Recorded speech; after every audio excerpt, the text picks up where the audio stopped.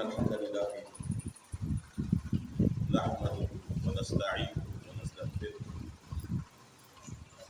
ونعوذ بالله من شرور انفسنا وسيئات اعمالنا من يهده الله فلا مضل له ومن يضلل فلا هادي له واشهد ان لا اله الا الله وحده لا شريك له واشهد ان محمدا عبده ورسوله اما بعد.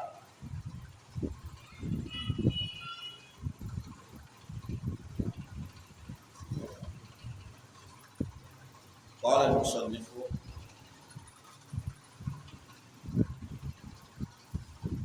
رحمه الله: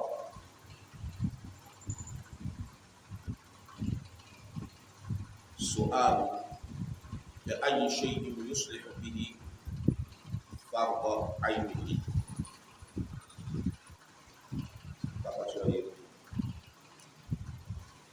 بأي شيء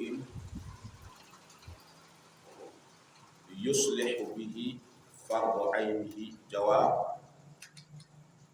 كأحكام الصلاة والطهارة والصيام. سؤال: ثم ماذا يجب عليه غير ما تقدم؟ جواب: ويجب عليه أن يحافظ على حدود الله ويقف عند أمره ونهيه ويتوب إلى الله سبحانه قبل أن يسخط عليه. L'auteur du livre, rahimahullah ta'ala, dit كأي شيء يصلح به فرض عينه. كأي شيء, comme quoi يصلح به فرض عينه, comme quoi est-ce qu'il doit corriger de ses obligations personnelles. كأي شيء يصلح به فرض عينه, comme quoi est-ce qu'il doit corriger de ses obligations individuelles, ses obligations personnelles. كأي شيء, comme quoi est-ce que يصلح, il doit corriger به فرض عينه, de ses obligations individuelles. Ça va? On a dit que les obligations sont de deux types. Premièrement, les obligations collectives, et deuxièmement, les obligations individuelles. Donc ici, il dit que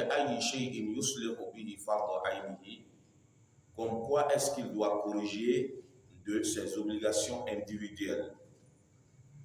Ça, c'est la question. Jawab, la réponse, que ahkam as-salat, comme les statuts, les jugements de la prière. Comme les statuts, les jugements de la prière. Qu'est-ce que c'est que la prière? Inch'Allah, nous allons en parler dans le chapitre de la prière. Et quels sont les statuts de la prière? Parmi les statuts de la prière, il y a les conditions, shurut as-salat, les conditions de la prière, les conditions de validité et puis les conditions d'obligation. Les conditions de validité de la prière et les conditions d'obligation.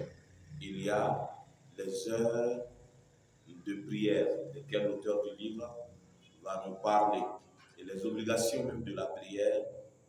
Ensuite, les actes semi-obligatoires de la prière, les actes surrogatoire de la prière, et ainsi de suite. Donc l'auteur du livre, il va, n'est-ce pas, nous détailler tous ces points-là, Inch'Allah.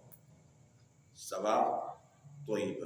Maintenant, de ce qu'il ne va pas parler dans le chapitre de la prière, on en parlera.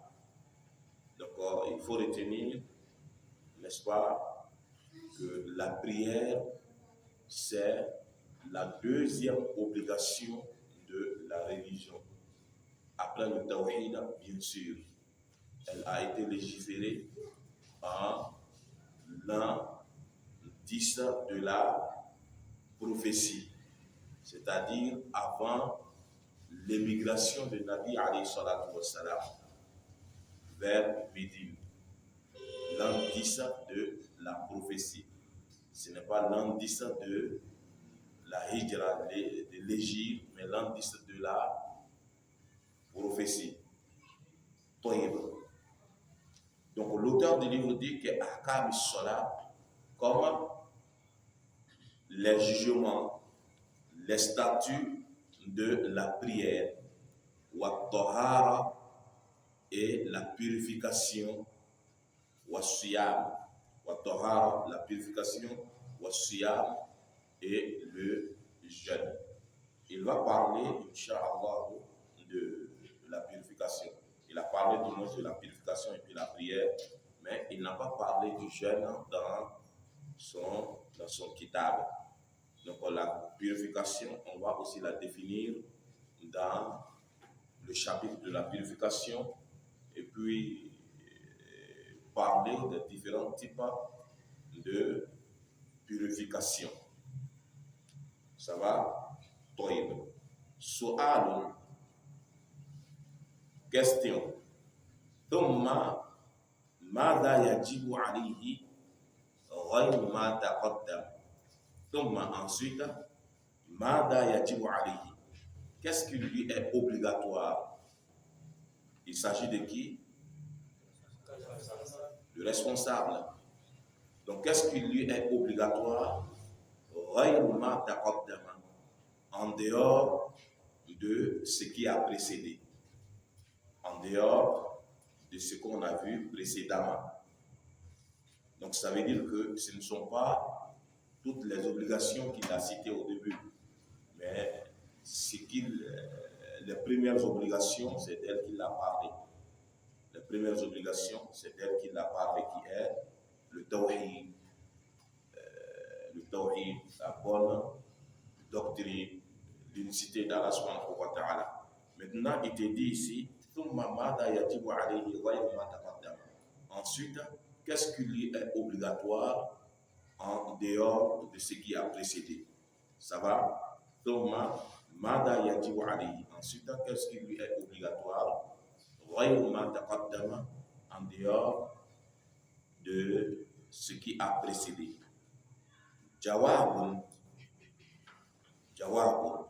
Mais avant qu'on ne dise la réponse, qu'est-ce que c'est que l'obligation? Qu'est-ce que c'est que l'obligation? Oui. L'obligation, c'est ce que le responsable doit faire. C'est ce qu'il a fait, il est récompensé. Lorsqu'il a délaissé, il est puni. Voilà, donc c'est ce que le responsable doit obligatoirement faire. C'est ce que le responsable doit faire.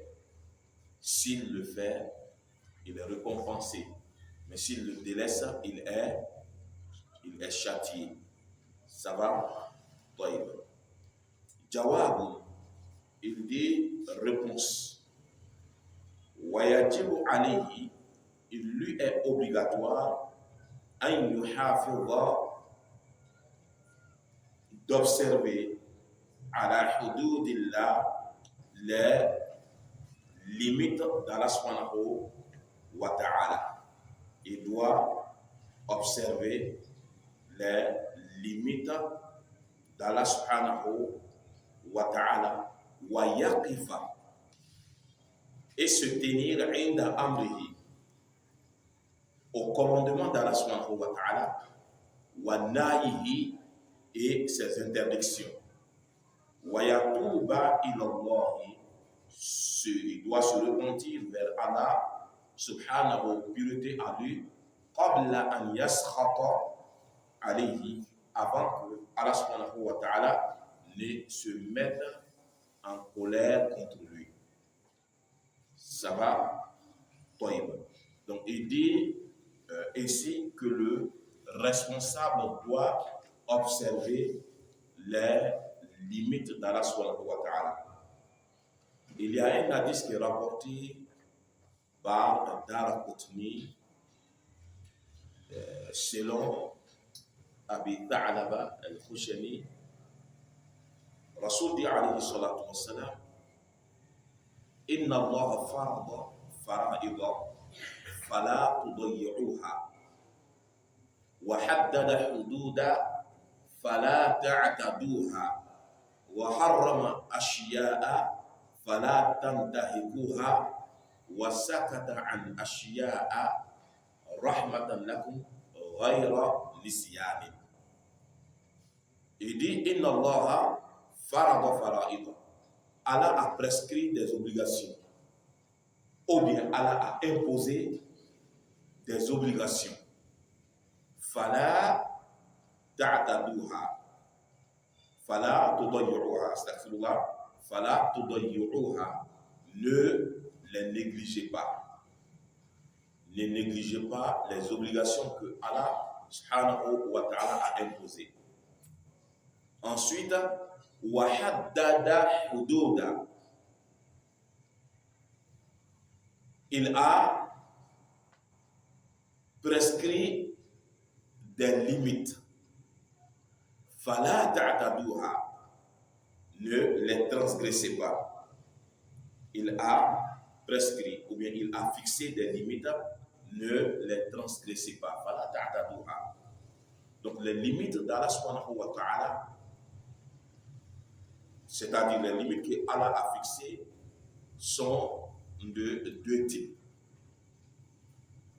Et ces deux types se retrouvent dans ces deux versets différents.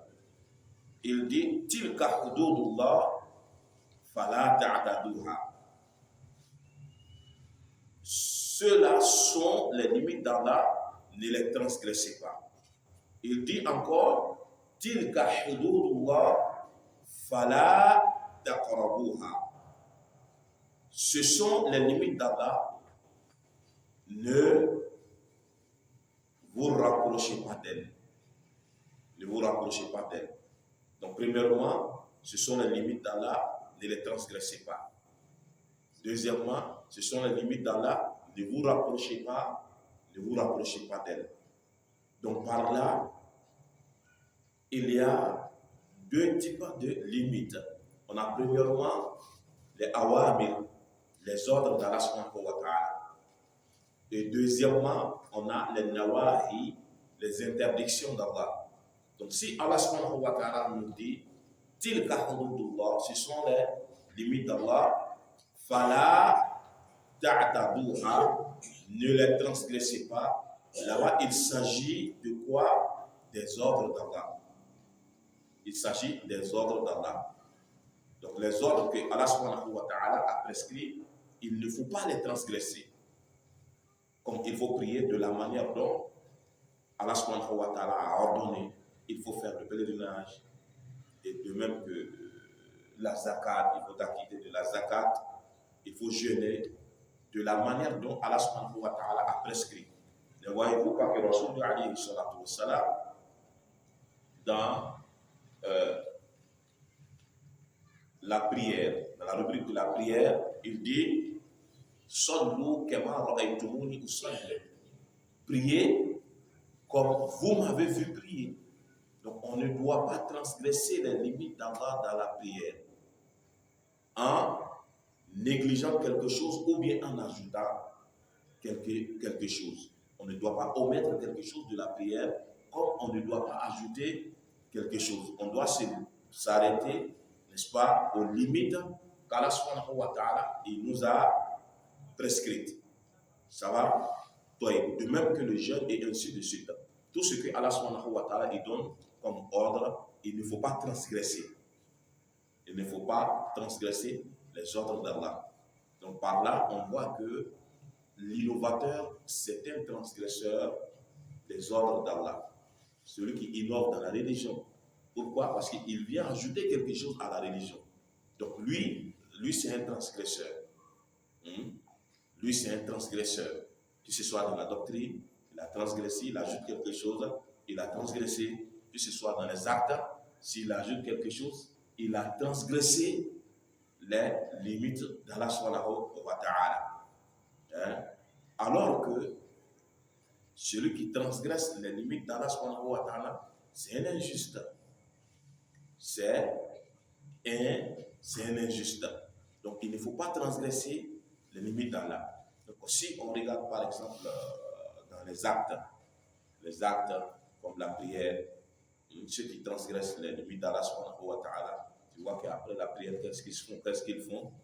Ils se réunissent pour faire des évocations ou bien des zikrs ensemble. Ça, c'est une transgression des limites d'Allah subhanahu wa ta'ala. C'est quelque chose qu'il ne faut pas faire. Pourquoi?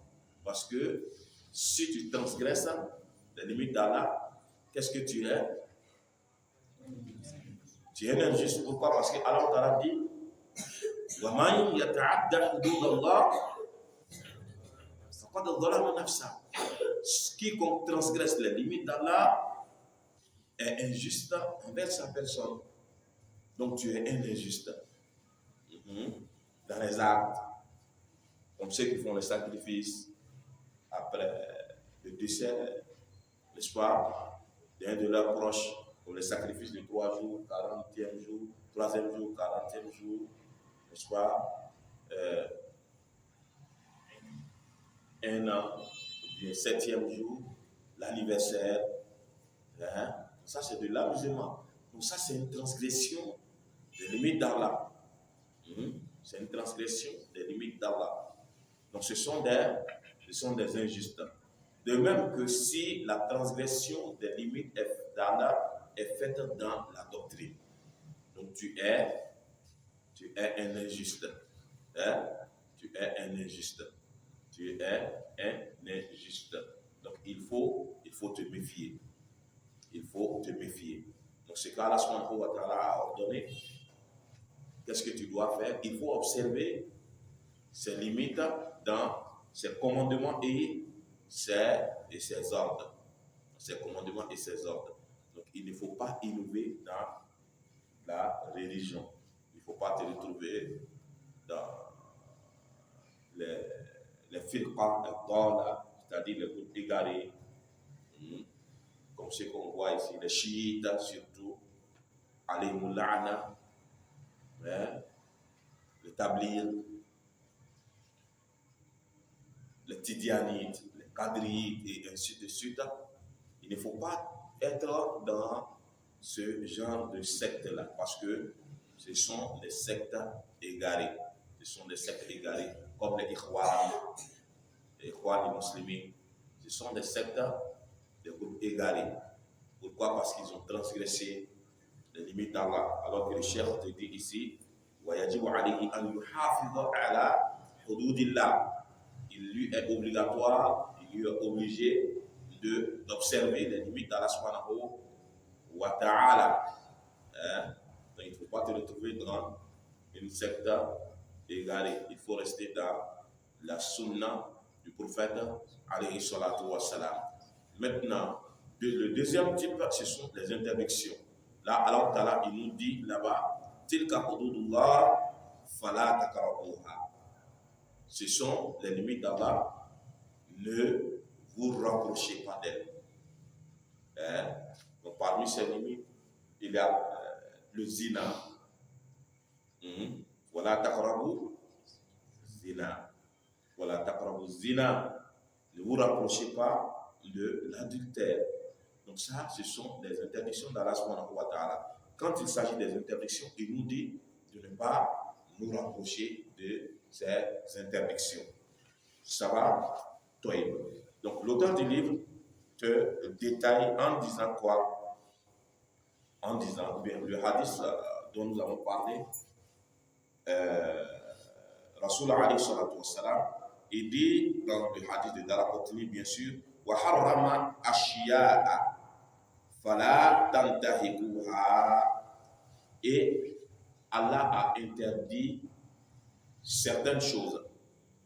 فلا تنتهكوها, ne les violez pas. Ne violez pas les interdictions d'Allah subhanahu wa ta'ala.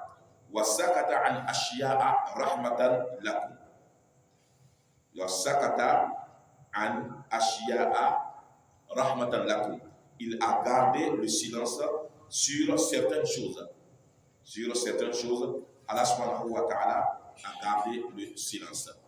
Comme une miséricorde pour vous. Fala tabahathu anha, ne les cherchez pas. Ça va? Donc, Allah ta'ala a interdit certaines choses. Il ne faut pas violer les interdictions d'Allah. Donc, voilà pourquoi l'auteur du livre te dit ici, wa yaqifa inda amrihi. Il doit se tenir aux commandements et aux ordres d'Allah, wa nahyihi, et ses interdictions. Et ses interdictions. Ces commandements, tu ne dois pas les violer et tu ne dois pas les transgresser. Tu ne dois pas transgresser les commandements d'Allah en ajoutant quelque chose ou bien en diminuant. De même que les interdictions, tu ne dois pas les violer. Donc, pour ne pas violer les interdictions, Allah subhanahu wa ta'ala, il te dit, tilka hududullah fala taqrabuha. Ce sont les limites d'Allah, il ne faut pas les approcher. Il ne faut pas les approcher. Donc ici, on se retrouve avec deux grandes choses. Un nahyu, le commandement, l'ordre, wa astaghfirullah, al-amru, le commandement, l'ordre, wa al-nahyu, et l'interdiction. Al-amru, ça c'est le commandement, et puis al-nahyu, ça c'est l'interdiction. La plus grande, ou bien le plus grand des commandements d'Allah subhanahu wa ta'ala, qu'est-ce que c'est? C'est le tawhid.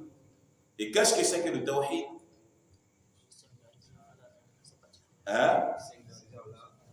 Le tawhid, ifradullah bima yakhtassu bihi.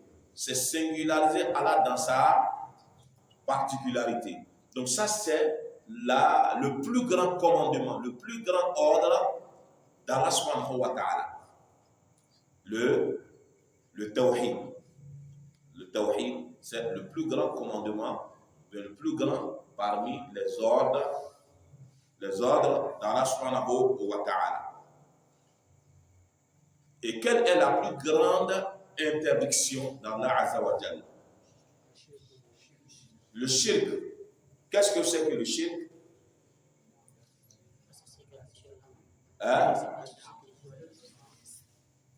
الشرك تسوية غير الله بالله في شيء من خصائص الله. C'est le fait de donner un égal à Allah subhanahu wa ta'ala dans l'une de ses particularités. Donc il ne faut pas donner un égal à Allah dans l'une de ses particularités. Donc c'est ce qui est le shirk. Comme c'est lui qui dit da'watu ghayrillahi ma'allah, le fait d'appeler quelqu'un d'autre en dehors d'Allah subhanahu wa ta'ala, ça ce sont les détails du shirk. Donc le shirk, c'est le fait de donner un égal à Allah dans l'une de ses particularités. Donc ça c'est la plus grande interdiction, c'est la plus grande interdiction d'Allah. Le shirk, qui est la plus grande interdiction d'Allah subhanahu wa ta'ala. Ça va? Taïb. Donc, si l'auteur du livre te dit qu'il t'est obligé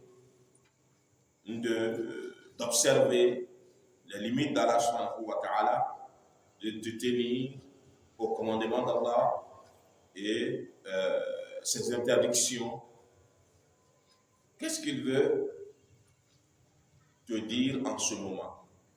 Ce qu'il veut te dire, c'est que tu dois adorer Allah subhanahu wa ta'ala, lui et lui seul, sans lui donner un associé. Il veut te dire d'adorer Allah subhanahu wa ta'ala.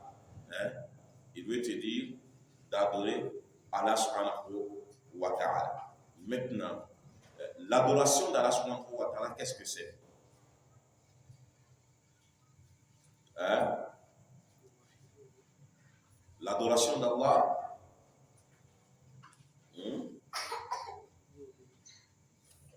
hein? L'adoration d'Allah subhanahu wa ta'ala, qu'est-ce que c'est? Oui. Selon la définition d'Ibn Taymiyyah, Oui. tout ce que Allah subhanahu wa ta'ala aide, que ce soit en parole. Voilà, donc, Cheikh l'Islam Ibn Taymiyyah, rahimahullah, il dit al-ibadatu ismun jami'un li kulli ma yuhibbuhu Allah ta'ala min al-aqwali wal a'mali adh-dhahirati wal batina. Hein? Donc, l'adoration, c'est un nom qui englobe tout ce que Allah subhanahu wa ta'ala il aime et agrée, que ce soit en acte ou bien en parole, dans l'apparent ou bien dans le cachet. Donc tout ça là, c'est, comme on appelle, les adorations d'Allah subhanahu wa ta'ala. Maintenant, cette définition est relative à l'acte, aux actes cultuels. Cette définition est relative aux actes cultuels, les actes avec lesquels nous adorons Allah, comme par exemple le hajj, la prière, le jeûne et ainsi de suite. Mais l'adoration a un autre sens. Ce sens-là est relatif à qui? Au serviteur. Maintenant, quel est ce sens? Cheikh Ousaymin rahimahullah, il a dit dans le Qawl al-Mufid, un livre qu'il a appelé La parole bénéfique, du Charq, qui est un commentaire du livre de Tawhid. Il dit al-ibadatu atazallul lillahi subhanahu wa ta'ala bi fi'li awamirihi wa ijtinabi nawahihi mahabbatan wa ta'ziman. Il dit que l'adoration, c'est la soumission à Allah, la soumission parfaite, la soumission parfaite à Allah subhanahu wa ta'ala, en obéissant à ses commandements et en évitant ses interdictions par amour et par grandeur. Donc tu te soumets à Allah subhanahu wa ta'ala en quoi faisant? En obéissant à ses ordres. Les ordres d'Allah subhanahu wa ta'ala, tu dois te soumettre à lui en obéissant à ses ordres et en évitant ses interdictions. Mahabbatan wa ta'ziman, par amour. Et l'amour, quel est le rôle de l'amour dans l'adoration? Ce qu'il faut retenir premièrement, c'est que l'amour, c'est un pilier de l'adoration. L'adoration a 3 piliers. Hein? 3 piliers. Il y a l'amour. Deuxièmement, on a Raja, l'espérance. Troisièmement, on a El Khawf, la crainte. Donc l'amour. L'amour dans l'adoration, son rôle, c'est que il te pousse à obéir très facilement à Allah subhanahu wa ta'ala. Hein? Il t'aide à obéir à Allah subhanahu wa ta'ala. Comme par exemple celui qui entend l'appel à la prière, il se dirige vers la prière, vers la mosquée. Ça c'est, qu'est-ce qui l'a poussé? C'est l'amour d'Allah. Celui, par exemple, dans la nuit noire, au moment où les gens sont en train de dormir, il se lève pour prier. Qu'est-ce qui l'a poussé à faire ça? C'est l'amour d'Allah subhanahu wa ta'ala. Donc quand on aime Allah, très facilement, on arrive à obéir à ses ordres et ses commandements. Et la grandeur d'Allah dans le cœur du serviteur l'empêche de désobéir à Allah subhanahu wa ta'ala. Hein, comme celui, par exemple, qui se retrouve devant le riba, le prêt à intérêt. Qu'est-ce qu'il peut le faire? Éviter le prêt à intérêt. La grandeur d'Allah. Parce que s'il pense au châtiment qui est rattaché au prêt à intérêt, qu'est-ce qu'il fait? Il délaisse. Il s'éloigne du prêt à intérêt. Ou bien l'adultère, ou bien le vol, ou bien, tout ce qui est désobéissance d'Allah, c'est qu'il te facilite, n'est-ce pas, l'éloignement des désobéissances, c'est la grandeur d'Allah subhanahu wa ta'ala qui est dans ton cœur. Donc si tu vois aujourd'hui, on tombe très facilement dans les désobéissances d'Allah subhanahu wa ta'ala, c'est que la grandeur d'Allah qu'on a dans le cœur est très faible. Elle est très faible. Donc quand la grandeur d'Allah est faible dans le cœur, tu vois que tu tombes facilement dans la désobéissance. Pourquoi? Parce que tu ne penses pas au châtiment d'Allah qui est rattaché à la désobéissance. Donc très facilement tu tombes dans la désobéissance. Et ça ne te dit absolument rien. Ça va? Donc l'auteur du livre te dit وَيَتُوبَ إِلَى اللَّهِ وَيَتُوبَ إِلَى اللَّهِ سبحانه قبل أن يسخط عليه ويتوب إلى الله. Et il doit se repentir إلى الله vers Allah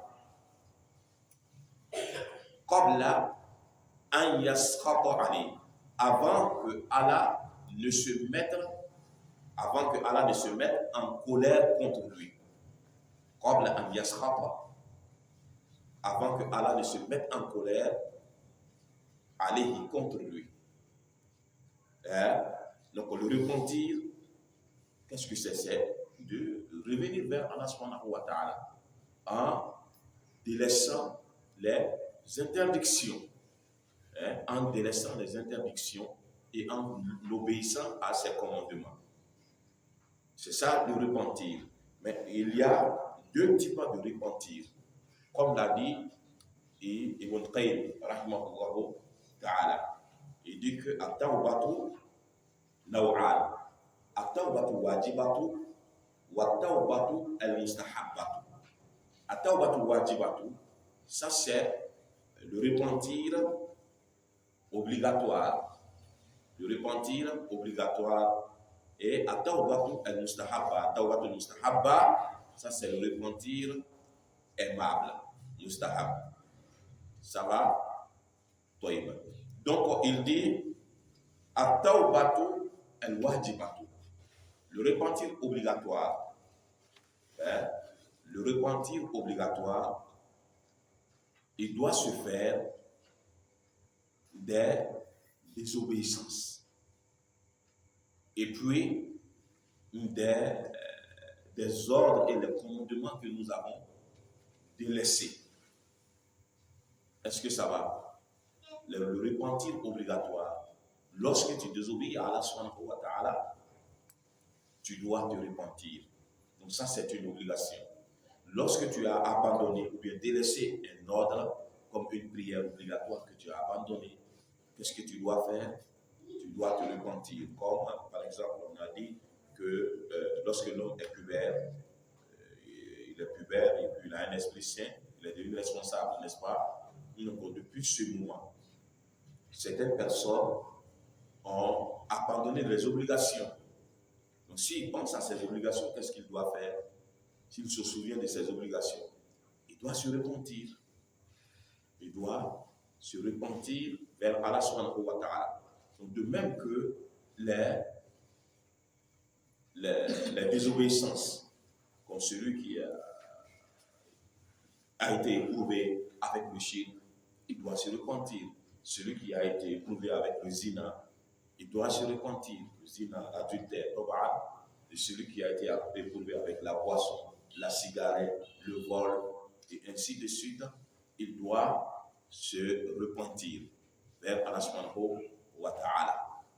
Donc ça, c'est le repentir obligatoire. Ça va? Maintenant, le repentir est mustahabba. At-tawbatul mustahabba, ça se fait de tous les actes aimables que nous avons abandonnés et délaissés. Hein? Et puis, les actes réprouvables que nous avons commis. Hein? Les actes réprouvés que nous avons commis. Quand on dit les actes aimables, comme par exemple, Rasoul alayhi salatu wassalam, il dit alayhi salatu wassalam, que celui qui est assidu, qui fait assidûment 4 raka'at avant la prière des jours et puis 4 après la prière des jours, qu'est-ce que la personne aura? Il sera préservé du feu de l'enfer. Donc ça, c'est un acte aimable. 4 raka'at avant le jour, la prière de 13 heures, 4 raka'at avant et puis 4 raka'at après. Donc ça, c'est un acte aimable. C'est quelque chose que nous devons faire. Hein? Parce que Rasoul, il nous a motivé vers ça en disant que celui qui est assidu là-dessus, il sera préservé du feu de l'enfer. N'est-ce pas? Maintenant, toi, tu ne le fais pas. Donc, tu dois te repentir vers Allah subhanahu wa ta'ala. Donc, ce repentir-là, c'est un repentir qui est aimable. C'est un repentir qui est aimable. Comme par exemple, les choses réprouvées, comme le fait de rentrer dans la mosquée du pied gauche. Alors que Rasoul alayhi salatu wassalam, comme Aïcha l'a dit, qu'il aimait commencer par la droite dans sa purification, n'est-ce pas? Et lorsqu'il se peignait, lorsqu'il se chaussait, et dans toutes les choses. Quelles sont ces choses? Les choses nobles. Hein? Et parmi ces choses nobles, il y a le fait de rentrer dans la mosquée, n'est-ce pas? C'est une chose noble. Donc tu dois rentrer du pied droit. Donc le fait de rentrer du pied gauche dans la mosquée, ça c'est un acte qui est macro, c'est réprouvé. C'est réprouvé. Maintenant tu rentres du pied gauche dans la mosquée. Tu dois te repentir vers Allah subhanahu wa ta'ala. Parce que tu as fait un acte qui est réprouvé. Donc ce genre de repentir, c'est un repentir qui est mustahab. Mustahab. Comme tu es rentré dans la douche du pied droit, hein, ou bien tu es sorti du pied gauche, hein, de même que de la mosquée, tu rentres du pied droit et du pied gauche, et puis tu sors du pied droit. Comme certaines personnes, ils n'observent pas ça. Alors ça, ce sont des actes qui sont réprouvés. Donc si tu fais par erreur, tu dois faire le repentir. Hein? C'est un repentir qui est mustahab, mustahabba, tawbatun, mustahabba. Allah subhanahu wa ta'ala, il dit dans le Coran, Watubu ila Allahi jami'an ayyuhal mu'minun. Repentez-vous vers Allah subhanahu wa ta'ala. Tous, n'est-ce pas, vous les croyants. Il dit encore, Ya ayyuhal ladina amanu, tubu ila Allahi tawbatan nasuha. Vous les croyants, repentez-vous vers Allah des repentirs sincères. Ça va? Donc, il faut se repentir vers Allah subhanahu wa ta'ala. Il faut se repentir. Et comme Rasoul alayhi salatu wassalam, il dit dans un hadith, Ya ayyuhan nas, tubu ilallah. Oh, vous les hommes, repentez-vous vers Allah subhanahu wa ta'ala. Fa inni atubu ilayhi fil yawmi mi'ata marra. Moi, je le fais 100 fois par jour. Je le fais 100 fois par jour. Il dit encore, inni la astaghfirullah wa atubu ilayhi fil yawmi akthara min 70 marra. Je demande le pardon d'Allah et je me repens vers lui plus de 70 fois par jour. Donc ça, c'est quelqu'un à qui on a pardonné ses péchés précédents et les péchés à venir. Les péchés passés et les péchés à venir. Donc lui, il se repent vers Allah subhanahu wa ta'ala 100 fois par jour. C'est pour nous dire qu'il fait le repentir beaucoup de fois par jour. Donc qu'est-ce que nous devons faire? On doit se repentir. On doit se repentir surtout de nos jours. Où, n'est-ce pas, la désobéissance nous a enveloppés. La désobéissance nous a enveloppés. La désobéissance, on regarde la désobéissance on écoute. La désobéissance, on attrape, on marche vers la désobéissance, on parle la désobéissance, et ainsi de suite. Même dans nos maisons, on se couche, on a la désobéissance qui est avec nous. Donc c'est comme si nous sommes noyés dans le fleuve de la désobéissance. Tu vas voir certaines personnes, ils désobéissent dehors. Maintenant, s'il va se coucher, qu'est-ce qu'il fait? Il est en train de regarder ce qu'il aime sur les réseaux sociaux, Facebook, YouTube et ainsi de suite. Rien que la désobéissance. Même chez lui à la maison. Même chez lui à la maison. Donc, qu'est-ce qu'on doit faire? Il faut qu'on se retourne vers Allah subhanahu wa ta'ala. D'un repentir sincère. D'un repentir sincère. Donc, le repentir obligatoire, celui qui ne le fait pas, c'est un injuste. Il peut être soit un mécréant ou bien un pervers. Comme par exemple celui qui est tombé dans le shirk. S'il ne fait pas le repentir, c'est quel genre d'homme il est? C'est un mécréant, c'est un idolâtre. Alors que tous les idolâtres sont des mécréants. Et tous les mécréants sont des idolâtres. Comme l'a dit Cheikh Al-Bani, rahimahullah ta'ala. Tous les mécréants sont des idolâtres, tous les idolâtres sont des mécréants. Donc, il faut obligatoirement que la personne revienne vers Allah subhanahu wa ta'ala tout repentante. Maintenant, si c'est une désobéissance en dehors de shirk, comme la boisson ou bien l'adultère, c'est un injuste. Mais l'injustice qu'il a faite, ça ne fait pas de lui un mécréant, mais c'est plutôt un pervers. C'est plutôt un pervers. Donc la personne est perverse. Quand on donne la compréhension. Donc il faut se repentir. Vers Allah subhanahu wa ta'ala. L'auteur du livre te dit, Su'al, question. Araftu anna tawbata wajibatu. Je sais maintenant, araftu, je sais, anna tawbata, que le repentir wajibatu est obligatoire. Fama hiya shurutuha. Quelles sont ces conditions? Quelles sont ces conditions? Jawab, la réponse. Wa shurutu tawba, les conditions du repentir sont, premièrement, an-nadamu ala ma fata. An-nadamu, le regret. Le regret à la mafata.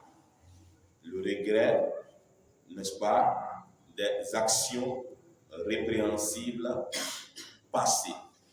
Un adam à la mafata. Donc, ça veut dire regretter les actions répréhensibles passées. Ça va. Donc, mafata, ce qui est passé. Donc, un adam, ça c'est le regret.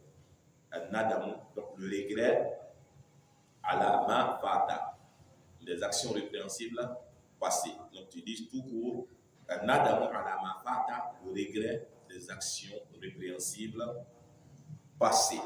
Ça c'est la première des conditions pour que le repentir soit accepté. Donc il faut regretter ce qui est passé. Donc tout ce que tu as fait, si c'était le shirk, si c'était, n'est-ce pas, des désobéissances en dehors du shirk, tu dois regretter. Tu dois regretter ce qui est passé. Et deuxièmement, wa niyatu, et l'intention ferme. Allah ya'ouda, de ne plus se retourner ila dhanbin, vers un péché, fima baqiya, dans le restant, Fima baqiya alayhi min umrihi, dans le restant de sa vie. Fima baqiya, dans ce qui lui reste, ou bien fima baqiya alayhi, dans ce qui lui reste, min umrihi, de sa vie. Ça va?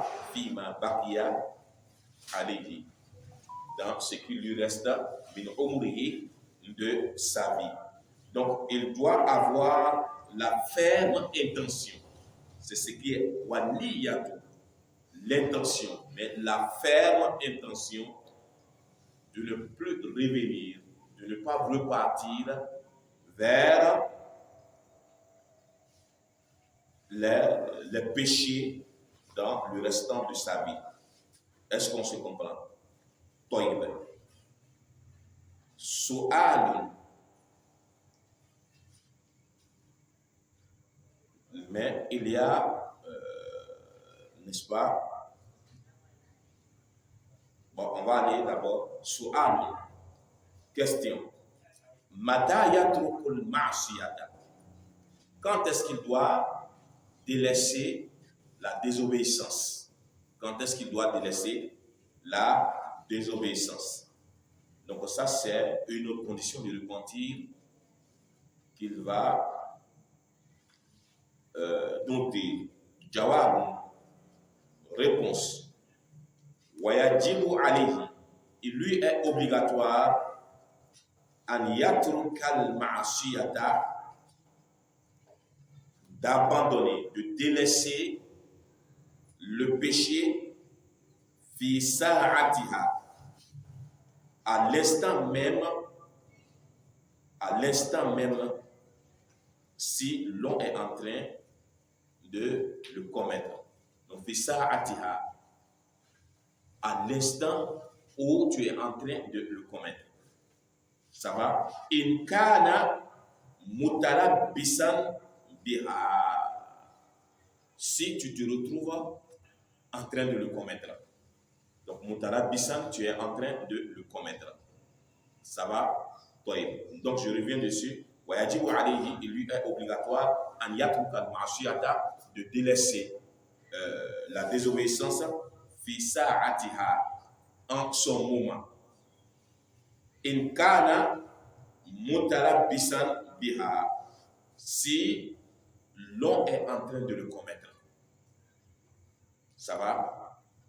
On revient dessus. Wayajibu alayhi, il lui est obligatoire an yatruka al-ma'siyata, de délaisser la désobéissance fi sa'atiha, en son moment. In kana mutalabbisan biha, si l'on est en train de la commettre. Donc ça, c'est, n'est-ce pas, une autre condition du repentir. Il faut abandonner la désobéissance au moment où tu es en train de la commettre. Comme par exemple celui qui est en train de voler, s'il veut se repentir, qu'est-ce qu'il doit faire? Est-ce qu'il prend et puis après il fait le repentir, ou bien il laisse? Il laisse. Qu'est-ce qu'il fait? Il laisse. Mais il ne va pas se dire, bon, comme on parle de repentir, bon, ça c'est mon dernier tour.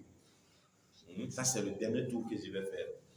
Voilà, donc je prends, ça c'est le dernier tour que je fais. Après ça là, je ne fais plus. En quel moment tu vas te repentir? Hein? Hein? Comme il est assis devant la boisson, l'alcool, il dit non, comment tu as dit ça? Bon, j'ai compris, mais pour me laisser, je termine ça après, bon, je ne fais plus. Non. Au moment où tu as entendu, automatiquement, tu délaisses. Hein? Tu délaisses. Le repentir a une autre condition. Laquelle? Si c'est le droit d'un être humain que tu as, qu'est-ce que tu fais? Tu prends, tu t'en vas lui remettre. Tu prends, tu t'en vas lui remettre. Comme tu as pris, tu as volé l'argent de quelqu'un. Tu as volé l'argent de quelqu'un. Qu'est-ce que tu fais? Tu prends, tu t'en vas lui remettre son argent. On ne va pas se dire non que j'ai détourné. Tu n'as pas détourné, tu as volé l'argent. C'est les blancs qui vont marquent ça, ils disent que non, il a détourné l'argent. Tout l'argent va faire que tu as détourné. Tu as volé l'argent. Donc tu prends, tu vas mettre dans les caisses de l'État là-bas. Mais si c'est avec quelqu'un que chercher, quelqu'un que tu avais pris, tu prends, tu t'en vas lui donner. Vraiment, j'avais pris ton argent. Voilà ça. Maintenant, peut-être que si tu as peur que ça peut te causer préjudice, qu'est-ce que tu fais? Tu prends, tu vas mettre là où il va voir, ou bien là où tu as pris, tu vas mettre là-bas. Parce que certaines personnes, ils peuvent ne pas comprendre. En principe, si tu viens de leur côté que voilà, c'est moi qui ai pris ton argent tel et tel jour, voilà ça, il doit te remercier. Peut-être qu'il doit te prendre comme un exemple. Et si tu viens lui donner en même temps, il dit voilà, donc c'est qu'ils ont volé depuis l'année passée, là, c'est que c'était toi. Allons au commissariat. Donc, mouchkil, ça devient un problème. Donc, tu vas mettre là où il peut voir. Tu vas mettre là où il peut voir. Là où tu as pris, tu vas remettre là-bas. Ça va? Toi, maintenant, si tu avais critiqué la personne, comme tu avais parlé mal de la personne, qu'est-ce que tu fais? Tu t'en vas le voir. Tu me dis, un tel, vraiment, je t'ai critiqué. J'ai dit ceci et puis cela. Pardonne-moi. Est-ce qu'on arrive à faire ça? Hein? Ce n'est pas facile. Ce n'est pas facile, parce qu'à longueur de journée, on a assis là, il a fait ça, Ouattara, c'est Congo, voilà ce qu'il a dit l'autre jour là, et ainsi de suite. Bon, on est là pour Ibrahim, moi je l'ai vu, il a fait. Rien que du commérage, des mensonges purs. Donc, qu'est-ce que tu fais? Tu vois Ibrahim. Tu dis vraiment, Ibrahim, voilà, tel jour et tel jour, il dit tant et tant de toi. Il faut me pardonner. Donc, lui, il te pardonne et puis c'est fini. Mais là, tu ne dois plus, tu dois prendre l'intention ferme de ne plus revenir aux critiques des gens. Il ne faut pas critiquer les gens. Il ne faut pas médire des gens. Ça, c'est une interdiction comme nous allons le voir. Le repentir a une autre condition, laquelle il faut se repentir à temps. Comme Rasoul a dit, alayhi salatu wassalam, man taba qabla an tatlu ash-shamsu min maghribiha taba Allahu alayhi. Celui qui se repent avant que le soleil ne se lève au couchant, Allah subhanahu wa ta'ala accepte son repentir. Allah ta'ala accepte son repentir. Et comme il a dit encore, celui qui se repent avant d'être agonisant, Allah subhanahu wa ta'ala accepte son repentir. Mais il ne faut pas laisser au moment où tu es en train de mourir, tu dis non, vraiment, Allah, pardonne-moi, j'ai laissé tant. Là, tu vas mourir. Donc, il faut revenir vers Allah au moment où tu es bien portant. Au moment où tu es bien portant. Voilà, certaines personnes, ils peuvent dire souvent que, souvent ça vient dans les questions où on voit d'autres qui disent ils demandent que, mais si par exemple quelqu'un est malade, il va à l'hôpital, on lui dit que vraiment que tu ne vas plus vivre longtemps, tu n'as que 2 ou bien 3 mois. Ou alors que c'était un pervers. C'était un pervers. Puis la personne vient se repentir. Est-ce que son repentir est valable? C'est valable. C'est valable parce qu'il n'est pas agonisant. Donc il vient, il se repent sincèrement vers Allah subhanahu wa ta'ala. Il abandonne toutes les désobéissances. Il commence à obéir à Allah subhanahu wa ta'ala. S'il meurt dans cet état, Allah subhanahu wa ta'ala lui a pardonné. Allah ta'ala lui a pardonné ses péchés. Donc, le repentir a actuellement 5 conditions. Lesquelles? Premièrement, le regret. Le regret des péchés passés. Deuxièmement, l'intention de ne plus revenir au péché dans le restant de ta vie. Troisièmement, voilà, abandonner l'acte au moment où tu voulais le commettre. Donc, quatrièmement, voilà, si c'est un péché entre toi et ton prochain, tu dois lui rendre son droit. Et cinquièmement, il faut se repentir dans le temps. Sinon, si c'est après le temps, Allah subhanahu wa ta'ala n'accepte pas. Allah ta'ala, il n'accepte pas. Donc, frères en islam, revenons tout repentant à Allah subhanahu wa ta'ala avant la mort, avant qu'on ne soit agonisant, avant qu'il ne soit tard, avant qu'il ne soit trop tard. Comme Allah ta'ala nous motive vers lui en disant وَتُوبُوا إِلَى اللَّهِ جَمِيعًا أَيُّهَا الْمُؤْمِنُونَ. Il nous dit encore يَا أَيُّهَا الَّذِينَ آمَنُوا توبوا إلى الله توبة نصوحا. Donc si jamais tu as pris la décision de te repentir, il faut observer les 5 conditions. Il faut observer les 5 conditions. Donc ça c'est s'il y a un droit de ton prochain avec toi. Sinon si c'est entre toi et Allah, qu'est-ce que tu fais? Les conditions sont du moins au nombre de 4. Les conditions sont au nombre de 4. Donc, revenons tout sincèrement vers Allah subhanahu wa ta'ala. Il ne faut pas, n'est-ce pas, laisser les péchés dans nos bagages jusqu'à notre mort. Surtout le shirk. Le shirk, il faut l'abandonner carrément. Maintenant, les autres désobéissances viennent après le shirk. Sinon, par exemple, celui qui c'est un idolâtre, un féticheur. En même temps, c'est un soulard. C'est un soulard. Il fait l'adultère, il vole, il mange riba. Quel est le premier des repentirs qu'il doit faire? Mais de quel acte il doit se repentir premièrement? Le shirk, c'est ça qu'il doit abandonner. Mais s'il laisse ça, n'est-ce pas, le shirk, il est dans le shirk du moins ça, et puis il fait le repentir de toutes les autres désobéissances. Est-ce que ce repentir-là va le profiter? Non, ça ne va pas le profiter. Donc c'est ce que le Dajjal du Mali Haïdara, il fait aux gens. Il appelle les gens vers le shirk. Les gens sont dans le shirk, et puis, n'est-ce pas, il parle de bon comportement. Il parle de bon comportement. Et Rasul dit alayhi salatu wa salam, bu'ithtu ou innama bu'ithtu li utammima makarim al-akhlaq. Rasul dit, je n'ai été envoyé que pour parfaire les bonnes mœurs. C'est Rasul qui a dit. Donc ça c'est une réalité, c'est une vérité. Mais le fait qu'eux l'utilisent, on appelle ça kalimatul haq urida bihil batil. C'est une parole vraie, mais c'est le faux qu'on a voulu avec. Tu laisses les gens dans le shirk et puis tu nous dis que voilà, que le bon comportement. Donc c'est comme les Yahoud et puis les Nasara.